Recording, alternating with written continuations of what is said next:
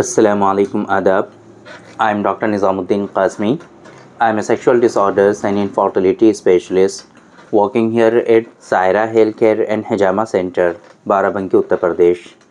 देखिए, अभी कल की वीडियो में हमने आप लोगों को बताया था मेल इनफर्टिलिटी के बारे में। हमने बताया था आप लोगों को कि कैसे आप पहचान सकते हैं कि अगर आपको मेल इनफर्टिलिटी है, क्या क्या ख़ास सिम्टम्स होते हैं।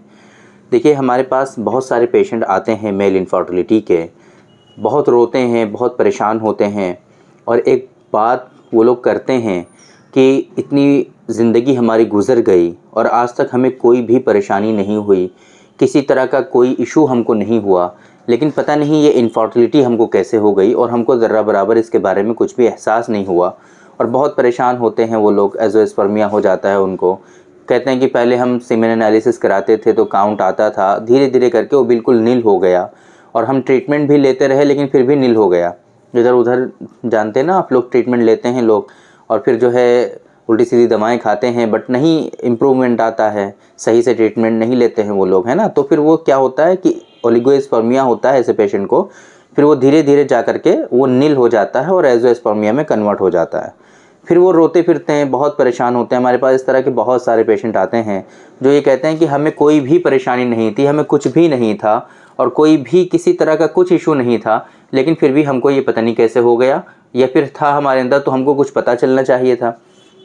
तो आज की इस वीडियो में हम बात करने वाले हैं, आप लोगों को बताने वाले हैं कुछ ऐसे ख़ास सिम्टम्स के बारे में कि इनफर्टिलिटी के पेशेंट में आम तौर पे ये चीज़ें पाई जाती हैं और कुछ ऐसी चीज़ें हम आपको बताने वाले हैं आज के इस वीडियो में कि कुछ ऐसा एज से रिलेटेड कुछ ऐसी हिस्ट्री आपको बताने वाले हैं कि अगर ये चीज़ें आपके अंदर पाई जाती हैं, अगर ये सारी चीज़ें आपके अंदर हैं या इनमें से कोई भी चीज़ आपके अंदर है, तो आप एक इनफर्टिलिटी के पेशेंट हो सकते हैं।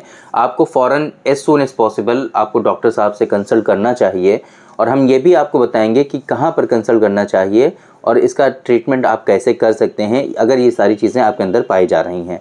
तो आज की ये वीडियो काफ़ी इम्पॉर्टेंट होने वाली है कि इनफर्टिलिटी का आइडिया लगा पाना आपके लिए थोड़ा आसान हो जाएगा इस वीडियो को देखने के बाद, और ये बात आप कंफर्म कर पाएंगे कि क्या सच में आपके अंदर इनफर्टिलिटी है कि नहीं है। ये इस तरीके से कंफर्म होगा कि आपके अंदर ये जो चीज़ें हम बताने जा रहे हैं अगर पाई जा रही हैं, है ना, ये चीज़ें अगर आपके अंदर पाई जा रही हैं तो आप उसको कोरिलेट कर पाएंगे और फ़ौरन डॉक्टर के पास जा कर के विज़िट कर पाएंगे और प्रॉपर इन्वेस्टिगेशन करा पाएंगे। तो सबसे इम्पॉर्टेंट चीज़ आप लोगों को ये देखना है कि 1 साल आपकी शादी को गुजर गया है। हमारे यहाँ इनफर्टिलिटी का जो पीरियड स्टार्ट होता है वो 1 साल की शादी जो है 1 साल हो गए हैं, आप लोग एक साथ रह रहे हैं, अनप्रोटेक्टेड सेक्सुअल इंटरकोर्स आप कर रहे हैं विदाउट कंडोम, है ना। तो उसके बावजूद अगर आपकी वाइफ कंसीव नहीं हो रही है, एक बात तो ये कि अगर 1 साल तक आप लोगों ने सेक्सुअल इंटरकोर्स किया, अनप्रोटेक्टेड था, है ना, कंडोम का इस्तेमाल नहीं किया गया है, किसी तरह का कोई ऐसा जो है समझ लीजिए प्रेगनेंसी को रोकने के लिए जो दवाएं इस्तेमाल होती हैं वो अगर कुछ भी यूज़ नहीं किया है आपने प्रॉपर वे में, आप चाह रहे हैं कि बेबी हो जाए, है ना, लेकिन फिर भी कंसीव नहीं हो रहा है, तो फिर अगर इसके साथ में आपको परेशानियां हैं कुछ ऐसी कि सेक्सुअल फंक्शन में प्रॉब्लम आ रही है आपको, है ना, आपको इरेक्शन में प्रॉब्लम आ रही है, आपको इजैकुलेशन में प्रॉब्लम हो रही है, सीमेन बहुत कम आ रहा है ना, हाइपोस्पर्मिया की कंडीशन है या फिर हाइड्रोस्पर्मिया की कंडीशन है, वाटरी सीमेन है आपका या फिर बहुत ही ज़्यादा कमी है ना, लो डिज़ायर का प्रॉब्लम है ना, लॉस ऑफ लिबिडो हो गया है आपको, है ना, या फिर सेक्सुअल अराउजल ही नहीं हो रहा है आपको, इस तरह के अगर सेक्सुअल डिसफंक्शन हैं तो इट मीन कहीं ना कहीं ये एक मेजर साइन हो सकता है आपकी इनफर्टिलिटी का, आपके अंदर मेल इनफर्टिलिटी हो सकती है। तो इसके लिए आपको डॉक्टर साहब से फ़ौरन कंसल्ट करना चाहिए। अगर आपके टेस्टिकुलर एरिया में कहीं पेन हो रहा है, टेस्टिकुलर एरिया में आपके कहीं दर्द हो रहा है, वहाँ पर कहीं आपके स्वेलिंग आ गई है, सूजन हो गई है, या वहाँ पर डिस्कम्फर्ट हो रहा है आपको, या फिर वहाँ पर कोई लंप दिखाई दे रहा है आपको, तो भी ये एक मेजर प्रॉब्लम हो सकता है और इसके लिए भी आपको डॉक्टर साहब के जो नियरेस्ट डॉक्टर्स हैं आपको उनसे ज़रूर कंसल्ट करना चाहिए। अगर आपकी हिस्ट्री है कोई ऐसी, अभी तो कोई परेशानी नहीं हो रही है लेकिन प्रीवियसली आपको सेक्सुअल डिसफंक्शन हो चुके हैं इजैकुलेशन के साथ प्रॉब्लम रह चुका है, इरेक्शन के साथ प्रॉब्लम रह चुका है ना, लॉस ऑफ लिबिडो था आपको, है ना, इस तरह के सिम्टम अगर पहले भी थे आपको, चाहे वो शादी से पहले रहे हों, लेकिन 1 साल से ज़्यादा आपकी शादी को गुजर गया है बट आपकी वाइफ कंसीव नहीं हुई है, बच्चा नहीं है आपको, तो फिर आपको डॉक्टर साहब से ज़रूर कंसल्ट करना चाहिए। कोई इशू हो सकता है कि जिसकी वजह से आपको मेल इनफर्टिलिटी हो, तो वो डायग्नोस करना पड़ेगा कि किस वजह से है। या इसी तरीके से आपकी एज 35 प्लस है, 35 प्लस एज में हैं आप, किसी तरह की कोई परेशानी ख़ास तो नहीं हो रही है बट 1 साल हो गया है, तो भी आपको डॉक्टर साहब से ज़रूर मिलना चाहिए, है ना। हो सकता है कि आपके अंदर मेजर इशू ना हो सकता है कि साइन आपके बॉडी में ना हो ज़्यादा, बट ओलिगोस्पर्मिया हो, एजोस्पर्मिया हो, ऐसा ज़रूर हो सकता है। तो आपको, अगर आपकी एज 35 प्लस है, शादी को जो है 1 साल से ज़्यादा हो गया है, फिर भी आपकी वाइफ कंसीव नहीं हुई हैं, तो आपको अपने नियरेस्ट डॉक्टर साहब से ज़रूर कंसल्ट करना चाहिए। या इसी तरीके से एक चीज़ और, अगर आपकी प्रीवियस हिस्ट्री में है कि आपको चोट लगी है टेस्टिकल्स में, आप क्रिकेट खेल रहे थे, कुछ और खेल रहे थे, कहीं से जा रहे थे, लोग क्रिकेट खेल रहे थे, बॉल आकर के आपके टेस्टिकल्स को टच कर गई, तेज़ी के साथ लग गई, और एक हिस्ट्री है आपके अंदर टेस्टिकल्स की, नंबर 1 टेस्टिकल इंजरी की हिस्ट्री है ना, नंबर 1। नंबर 2, आपके अंदर अगर आप जो है कोई इन्फेक्शन है ना, टेस्टिकुलर इन्फेक्शन हुआ, कोई ऐसी हिस्ट्री रही है, तो भी आपको डॉक्टर साहब से ज़रूर कंसल्ट करना चाहिए। या फिर कोई ऐसा प्रोस्टेट का इशू रहा है पहले, है ना, प्रोस्टेट के रिलेटेड इन्फेक्शन हुए हैं या कोई भी इशू रहा है, तो फिर आपको डॉक्टर साहब से ज़रूर कंसल्ट करना चाहिए। आपको वेरिकोसील है, अगर वेरिकोसील है तब भी आपको सीमेन एनालिसिस कराना चाहिए। तो ये सारी कंडीशन ऐसी हैं कि अगर आपके अंदर पाई जा रही हैं, 1 साल से ज़्यादा हो गया है आपकी शादी को, वॉट एवर एज, कोई दिक्कत नहीं है, आपको हमेशा फ़ौरन अपने नियरेस्ट जो अच्छे डॉक्टर्स हैं, आपको उनसे ज़रूर कंसल्ट करना चाहिए। एक बात तो हो गई ये। दूसरी तरफ हम आते हैं कि अगर इस तरह की कोई परेशानी है तो आपको कहाँ पर कंसल्ट करना है, कहाँ पर जाना है। तो इसके लिए स्पेशलाइज्ड सेंटर्स आजकल इस दौर में अवेलेबल हैं, जिनको हम लोग IVF सेंटर के नाम से जानते हैं।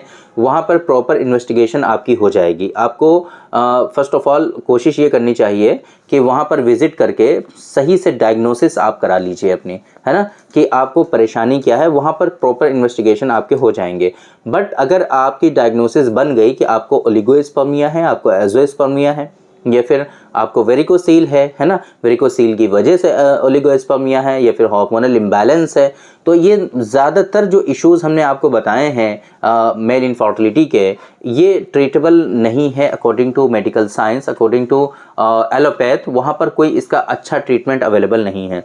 तो डायग्नोसिस आपकी प्रॉपर वे में हो गई है। अब आप ऐसा करिए कि यूनानी फिजिशियन आपके नियरेस्ट जो भी अच्छे हों, जो मेल इनफर्टिलिटी को ट्रीट करते हैं और इसके बारे में अच्छे से जानते हैं, आप डायरेक्टली भी आ सकते हो। ऐसा नहीं है कि IVF सेंटर जाना ज़रूरी है। IVF सेंटर इस वजह से हमने कहा क्योंकि वहाँ पर प्रॉपर डायग्नोसिस हो जाती है, सारी सुविधाएं वहाँ पर अवेलेबल होती हैं, और ये हर शहर में कहीं न कहीं, हर शहर में अवेलेबल होता ही है। हर शहर में कई सारे सेंटर्स होते हैं जहाँ पे अच्छे डॉक्टर्स भी अवेलेबल हैं, जहाँ पर प्रॉपर डायग्नोसिस आपकी हो जाएगी। तो आप वहाँ पर विजिट कर सकते हो आसानी से, आपको कुछ परेशान होने की ज़रूरत नहीं है। इस वजह से हमने बताया है। बाकी ऐसा नहीं है कि आप हमारे यहाँ आएंगे तो फिर हम आपकी डायग्नोसिस नहीं बना पाएंगे, ऐसा हरगिज़ नहीं है। हमारे यहाँ भी सारी फैसिलिटीज़ अवेलेबल हैं अल्हम्दुलिल्लाह। हमारे आसपास ही सारे डायग्नोस्टिक सेंटर्स हैं, इमेजिंग सेंटर्स हैं। हम प्रॉपर वे में इन्वेस्टिगेशन कराते हैं अपने पेशेंट के, जो भी नीडफुल होता है सही से डायग्नोसिस हमारे यहाँ भी होती है, ऐसा हरगिज़ नहीं है। लेकिन मसला ये है कि आप अगर महाराष्ट्र हैं, तो अब ऐसा तो नहीं है ना कि आपकी शादी को 1 साल हुआ है, बच्चे नहीं हो रहे हैं और इनमें से कोई सिम्टम है आपके अंदर जो हमने बताए हैं, तो आप सीधे महाराष्ट्र से भागे हुए हमारे पास चले आएँ, ऐसा ज़रूरी नहीं है। आप ऐसे परेशान ना हो, किसी भी डिजीज़ और बीमारी को लेकर के इस तरह से परेशान ना हो कि बस आप फ़ौरन भागे चले आएँ हमारे पास, है ना।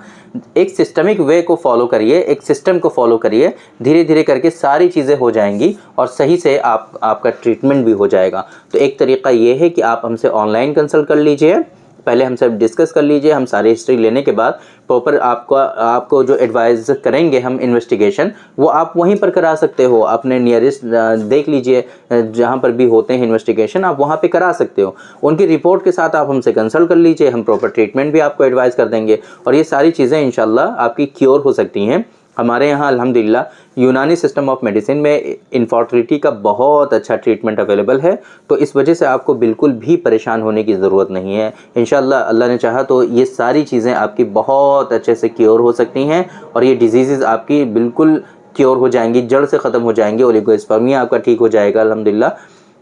एज़ोस्पर्मिया के पेशेंट हैं अगर आप, तो उसमें भी रिलीफ हो जाता है। इवन ऐसे पेशेंट कि जिनमें मैचुरेशन अरेस्ट हो चुका था, उनमें भी रिलीफ हुआ अल्हम्दुलिल्लाह, उनको कंसीव भी हुआ। बहुत सारे इस तरह के पेशेंट हैं, सबको ट्रीटमेंट होता है अल्हम्दुलिल्लाह, यहाँ पर वो बहुत अच्छा ट्रीटमेंट हो जाता है। तो अगर इस तरह से आपके अंदर इश्यूज़ हैं, तो आज की इस वीडियो में जो मकसद था असल हमारा बताने का वो ये था कि इस तरह के इश्यूज़ अगर आपके अंदर हैं, 1 साल से ज़्यादा आपकी शादी को हो गया है बट आपकी वाइफ प्रेग्नेंट नहीं है, कंसीव नहीं हो रहा है, तो अब आप लापरवाही ना करें, क्योंकि बहुत पेशेंट लापरवाही करते हैं, वो टालते रहते हैं चीज़ों को ना, वो बिज़ी रहते हैं अपने प्रोफेशन में, लेकिन फिर एज बढ़ती जाती है, प्रॉब्लम्स उनकी और ज़्यादा होती चली जाती हैं, फिर जा कर के वो लास्ट स्टेज में जब आते हैं तो ट्रीटमेंट उनका मुश्किल होता है। फिर वो कहते हैं डॉक्टर साहब मेरे पास टाइम नहीं है, जल्दी जल्दी करिए।